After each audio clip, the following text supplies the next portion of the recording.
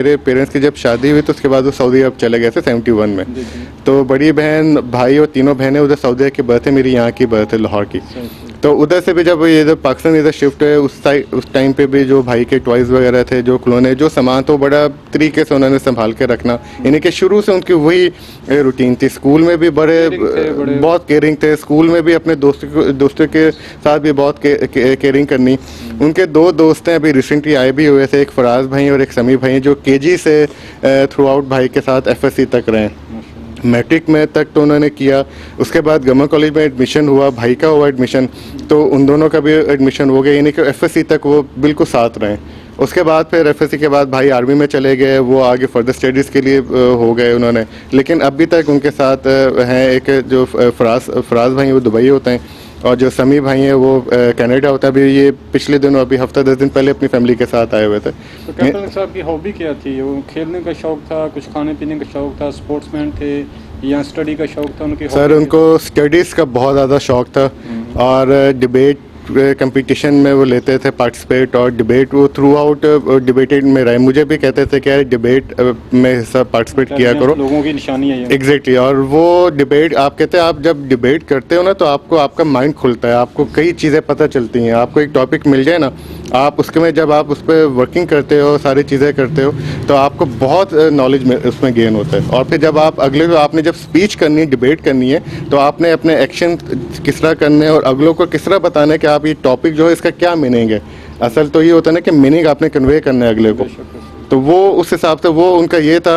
उन्होंने लाहौर में भी काफ़ी डिबेट कंपटीशन में पार्टिसिपेट किया, इवन लाहौर से बाहर जाके उन्होंने किया। जब एक नाम हो जाता है किसी बंदे का कि जी फ़लाँ स्कूल के फ़लाँ बच्चे जो है ये बहुत अच्छी ये स्पीच करते हैं, इंग्लिश में भी उर्दू में भी, उनको फिर बाकायदा इन्विटेशंस आते थे डिफरेंट स्कूल से। फैसलाबाद से आ रहे, सियालकोट से आ रहे, गुजरांवाला से आ रहे, और वो स्कूल के बिहार से फिर वहाँ पर जाते थे, और अल्हम्दुलिल्लाह हमेशा वो विन करके आए डिबेट कंपटीशन। कभी ऐसा नहीं हुआ कि जो उनको लूज़ हो। इसी तरह फिर जब गवर्नमेंट कॉलेज में गए, इवन पीएमए में भी जब वो गए, तो वहाँ पर भी उन्होंने अपनी डिबेट का जो इनकी सलाहियतें थी स्पीच की, वो उन्होंने कंटिन्यू रखी। इवन जब आर्मी में उनके यूनिट में गए, यूनिट में भी जाके वो इसी तरह करते थे। आप एक आपका ना वो जो आप काम कर रहे होते हैं ना बचपन से, आपके वो फिर आपको पर्सनैलिटी में वो आपको नज़र आना शुरू हो जाती हैं चीज़ें। और दूसरी इंस्पिरेशन कहाँ से मिली उनको, ये मोटिवेशन कहाँ से मिली आर्मी में जाने की? कि ये शौक था बचपन से, यहाँ भाई आपके साथ कुछ शेयर करते थे? सर जिस तरह मैंने बताया ना कि उनको उनका था कि उन्होंने डॉक्टर बनना है और मैंने फ़ौज में जाना है। बस अल्लाह ताला को वही है ना, इंसान, हम तो being a Muslim human being, हम लोग सोचते कुछ हैं, लेकिन अल्लाह ताला की ज़ात ने बहुत बेहतर सोच के रखा होता है। वो हमारे वहम गुमान में भी नहीं होता।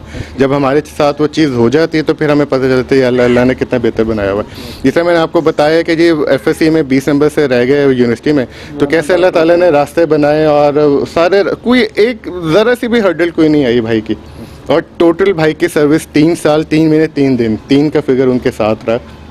और यूनिट में उनकी 12 एक यूनिट थी, पेरेंटल यूनिट, लेकिन जब उधर कारगिल में भाई ने वॉलंटियर किया तो वहाँ पर उनको 11 एनएलआई यूनिट अलॉट हुई उस टाइम पे। जब वो सिलेक्शन उनकी हो गई तो घर में आके उनके क्या जज्बात थे उस वक्त, कैसा खुशी का माहौल था? वो तो बहुत ज़्यादा खुश थे। हम लोग बहुत ज़्यादा खुश थे कि हमारी फैमिली में फ़र्स्ट टाइम इस तरह यूनिफॉर्म ऑफिसर कोई हुए थे, अपॉइंट हुए थे, सिलेक्ट हुए थे कि जी आर्मी में गए। और आर्मी का तो एक अपना एक चार्म उस वक्त भी था और अब भी है। और मैं तो यकीन करें, मैं तो ये कहता हूँ कि मैं अभी भी अपने आप को फ़ौजी ही कहता हूँ मैं। और भाई तो माशाल्लाह, अब्बू मेरे अल्लाह बख्शे बहुत ज़्यादा खुश, वालदा मेरी बहुत ज़्यादा खुश। और वालदा तो इसका तो खुश कहते हैं लो जी मेरा पुत्र फ़ौजी बन गया और अब जर्नैल बनेगा। हर एक के होता है ना कि माँ बाप ने जो होते हैं कि वो बेहतर से बेहतर सोचता है, बेहतर से बेहतर दुआ करते हैं। अच्छा, जब वो अपना सिलेक्शन हो के जो उनका होता है ट्रेनिंग का वो सिलसिला कुछ पूल में, जी, तो उस पीरियड में उनको आपने कैसा पाया, किस तरह के रहे, साबित कदम रहे ट्रेनिंग की? बिल्कुल, उस हवाले से ज़रा बताइए। जी बिल्कुल, वो बिल्कुल साबित कदम रहे। और होता ये था कि अब्बू अक्सर हमें कहते थे कि जी फ़ौजियों का ये है कि अगर तो वो पहली टर्म में आपको अपने इलाके के आसपास नजर आ जाए, इसका आप ये समझ लें कि जो वो छोड़ के भाग के ना आ गए। उन दिनों जब भाई की सिलेक्शन हुई तो हार्डली कोई 15 दिन बाद ना ईद थी। अब मुझे याद नहीं, मेरा गालिबन बड़ी ईद थी, 15-16 दिन के बाद ना बड़ी ईद थी। हम लोग, मुझे अच्छी तरह याद है, इधर टीवी लाउंज में बैठे हुए थे तो बाहर रिक्शा रुका और साथ ही बेल हुई। अब्बू ने अंदर बैठे कहा अम्मी को, अब्बू पंजाबी स्पीकिंग थे, पंजाबी कहते, अब्बू कहते लो जी आ गए जवाब नस के आ गए। अब अब्बू दरवाजे के पास हैं तो अब भाई इधर खड़े हुए दरवाजे के पास, और उन्होंने ना पहले अपना ना वो जो लीव पास होता है ना हाथ में पकड़ा हुआ था। अब्बू कहते हैं हाँ जी। अब अब्बू के बोलने से पहले भाई ने कहा अब्बू जी मुझे छुट्टी मिली, मैं छुट्टी पे आया, मैं भाग के नहीं आया, क्योंकि वो अब्बू पहले भी बात करते थे मेरे साथ भी, भाई के साथ भी वो मिले, दरवाज़ा खोला और बड़े होश वो अब्बू कहते यार ये किस तरह हो गया कि जी ये तो फर्स्ट टाइम के जो होते हैं उनको तो कभी उनको तो बहुत सख्त रगड़ा लगता है और उनको तो छुट्टी नहीं मिलती है।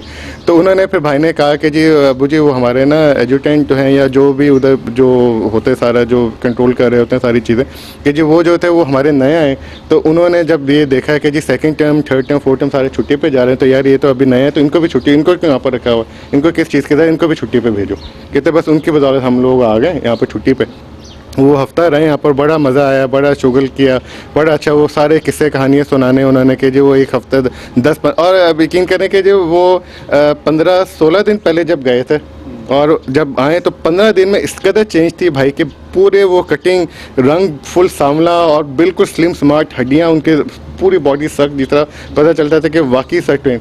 और अब्बू ने फिर पूछा भी उनसे कि खुश हो, कोई मसला हो, कहते नहीं जी मैं अल्लाह का शुक्र बहुत खुश हूँ, ये तो इसकी तो एक अलहदा दुनिया है, इसका एक अलहदा चाम है, ये तो इससे अच्छी तो कोई जगह है ही नहीं। और अल्लाह का शुक्र है कि अल्लाह ताला ने बहुत, हम लोग सोचते कुछ और, भाई ने भी उस टाइम पे ये कहा कि जी मैं तो, हम लोग ये सोचे, मैं तो बड़ा परेशान था कि मेरा मेडिकल में नहीं होता, आगे क्या होगा, मैं क्या करूँगा, मुझे तो कुछ नहीं, लेकिन अल्लाह ताला ने इतना बेहतरीन सबब बना दिया और वो हम लोग बड़ा खुश थे। इसी तरह फिर फर्स्ट टाइम गुजरी, फर्स्ट टाइम के बाद फिर वो आए छुट्टी पे, फिर सेकंड टाइम थर्ड टाइम हो के जब पूरा टेन्योर 2 साल का पूरा हो गया तो वो 2 साल का पता भी नहीं चला, उनकी ट्रेनिंग हुई, पास आउट हो गए। फिर उनकी 12 के उनको अलॉट हुई और उस टाइम पे वो चक दौलत में थी जेलम में, तो जो 12 की एडवांस पार्टी थी वो मूव कर चुकी हुई थी ओकाड़ा में, और उस टाइम पे उन्होंने क्या भाई हार्डली मेरे ख्याल है वहाँ पर हफ्ता रहे, 1 हफ्ता चक दौलत में, फिर वो भी बाकी रिमेनिंग जो पार्टी थी उसके साथ मूव करके तो उधर चले गए ओकाड़ा में, फिर 3 साल उधर ही रहे ओकाड़ा में। ट्रेनिंग के दौरान अक्सर ये स्पोर्ट्स में हिस्सा लेते हैं, इनके आपस में कंपटीशन होते हैं, काफ़ी सारे हमारे जवान वो मेडल भी जीत रहे हैं, तो कोई अचीवमेंट है जी? वॉलीबॉल में भाई को गोल्ड मेडल मिला हुआ है और बॉक्सिंग में उन्होंने विन किया हुआ है, इंग्लिश लैंग्वेज में इंग्लिश के पेपर में उनको गोल्ड मेडल मिला हुआ है, जैसे मैंने आपको बताया ना थ्रू आउट माशाल्लाह से स्कॉलरशिप होल्डर थे, तो वहाँ पे भी उन्होंने अपना पूरा लोहा दिखाया था, उन्होंने अपना लोहा मनवाया था उन्होंने अपना, और उधर इंग्लिश में उनको गोल्ड मेडल मिला और उनको वॉलीबॉल में गोल्ड मेडल मिला और जो बॉक्सिंग थी वो उन्होंने विन किया था। तो कहाँ सर्व कर चुके थे वो?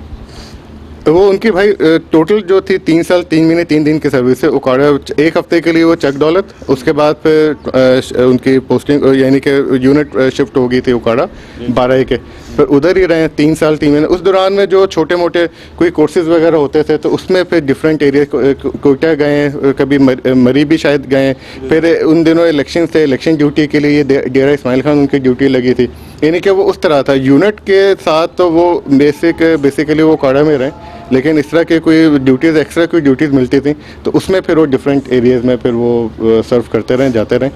और फिर पहली पोस्टिंग और पहला ही अल्लाह ने उनको इतना बड़े एजाज़ के लिए चुना और वो वॉलंटियर उन्होंने अपने आप जी बिल्कुल किया, वॉलंटियर उन्होंने किया था भाई ने कारगिल वॉर के लिए, और हमें भी नहीं पता था, हमारे घर के बच्चा गया था तो हमें भी नहीं पता था कि वहाँ पर पाकिस्तान इंडिया की जंग हो रही है, और घर में भी उन्होंने उस टाइम पे अब्बू को नहीं बताया था, अम्मी को भी नहीं बताया था। अब्बू को फिर जब जाने से हफ्ता पहले छुट्टी पे आए थे 1 महीना, ये बात है मई की, 30 मई को भाई यहाँ से गए थे, 30 मई 99 को, तो 1 पूरा महीना हमारे पास थे। तो अम्मी को ये कहते रहे कि जी मेरी गिलगित पोस्टिंग हुई है, तो वो तो बड़ा अच्छा मौसम है, वहाँ का ठंडा मौसम है, तो मैं ज़रा थोड़ा सा एडजस्ट हो जाऊँ तो फिर मैं आप लोगों को भी वहाँ पर बुलाऊँगा। तो फिर भाई जाने से पहले जो है फिर अब्बू को उन्होंने बताया था कि जिस तरह ना मेरी कारगिल में हुई है तो आप ना मेरे लिए दुआ कीजिएगा, तो ये उस तरह।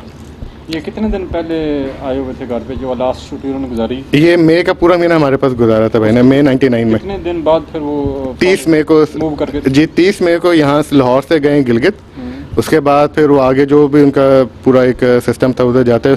1 जून या 2 जून को उन्होंने फिर उधर रिपोर्ट किए, वहाँ से भी फिर वो कॉल करते रहे हमें, जून के महीने में डिफरेंट टाइमिंग पे उनका होता था, आपको पता है फ़ौज के 6 मिनट की कॉल होती है, वो कॉल करनी है उन्होंने और वो बात करनी है, और अक्सर वो रात को कॉल करते थे क्योंकि उनको पता था कि जी अब्बू भी आ जाते होंगे, मैं भी घर पे होंगे, हम सारे बहन पे घर पे होंगे, अम्मी भी होंगी, सारों से बात हो जाती थी, एक एक सेकंड के लिए, 2-2 सेकंड के लिए, टोटल 6 मिनट के लिए तो बात होती थी। और भाई की शहादत हुई है 26 जुलाई को, 26 जुलाई 99 को।